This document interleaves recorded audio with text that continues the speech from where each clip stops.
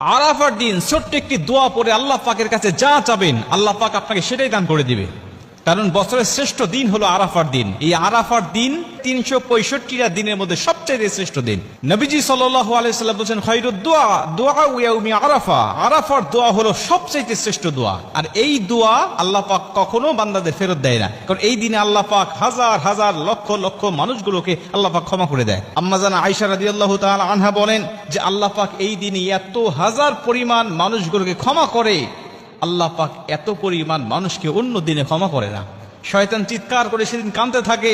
আল্লাহ পাক ফেরেশতাদেরকে ডাক দিয়ে বলতে থাকে, দেখো মানুষেরা আমার আরাফার ময়দানে উপস্থিত হয়ে যাদের মধ্যে ভাষার কোনো মিল নাই, দেশের কোনো মিল নাই, সবাই এক কাপড়ে আবৃত হয়ে লাব্বাইক আল্লাহুম্মা লাব্বাইক বলে বলে সবাই আমার প্রশংসা করছে, আমাকে ডাকছে।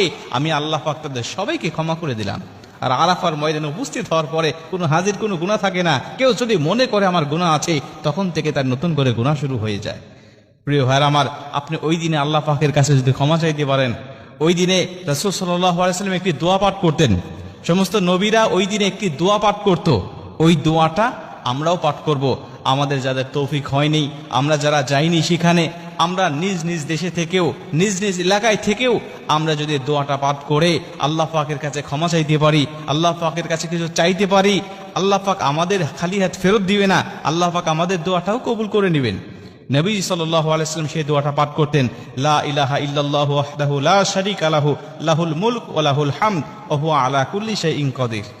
লা ইলাহা ইল্লাল্লাহু ওয়াহদাহু লা শারীকা লাহু লাহুল মুলক ওয়া লাহুল হামদ ওয়া হুয়া আলা কুল্লি শাইইন কাদির। নবীজি সাল্লাল্লাহু আলাইহি ওয়াসাল্লাম আরাফার দিনে এই দোয়াটা বেশি বেশি পাঠ করতেন। নবীজি বলছেন, আমার আগে সমস্ত নবীরাও এই দোয়াটা বেশি বেশি পাঠ করতেন এই আরাফার দিনে। অতএব আমরা যারা যাইনি আরাফার ময়দানে, আমরা নিজ নিজ দেশে থেকেও এই দোয়াটা আমরা পাঠ করতে পারি এবং আল্লাহ পাকের কাছে দোয়া করতে পারি। এই দোয়াটা পাঠ করে আমরা নিজ নিজ ভাষায় আমাদের যা চাওয়ার দরকার, আমাদের যা পাওয়ার দরকার, আল্লাহ পাকের কাছে সেগুলো আমরা চেয়ে নিতে পারি। আরাফার দিনে যেহেতু রোজা রাখার একটা ফজিলত আছে, আমি যদি সারাদিন রোজা রাখা অবস্থায় এই দোয়াটা পাঠ করে আল্লাহ পাকের কাছে চাইতে পারি, বিশেষ করে দোয়াটা পাঠ করে আমি 2 রাকাত নামাজ পড়লাম, নফল নামাজ পড়ে আল্লাহ পাকের কাছে আমি সেজদায় পড়ে কাঁদতে লাগলাম, রব্বানা আতিনা ফিদ দুনিয়া হাসানাতা ওয়া ফিল আখিরাতি হাসানাতা ওয়া কিনা আযাবান নার। আয়াতগুলো পাঠ করে নফল নামাজ, যেহেতু আপনি যে কোনো আয়াত তেলাওয়াত করতে পারেন, বাংলা ভাষায়ও আল্লাহ পাকের কাছে চাইতে পারেন, কোনো সমস্যা নেই।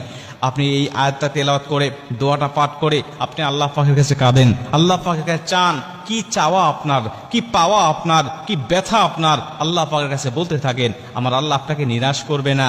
এই দিনের ফজিলতে আল্লাহ পাক অবশ্যই আপনার মনের সব চাওয়াকে পূর্ণ করে আপনার মনের দুঃখ, ব্যথা, বেদনাকে আল্লাহ পাক দূর করে দিবে। কারণ এই আরাফার ময়দানের অনেক ফজিলত রয়েছে।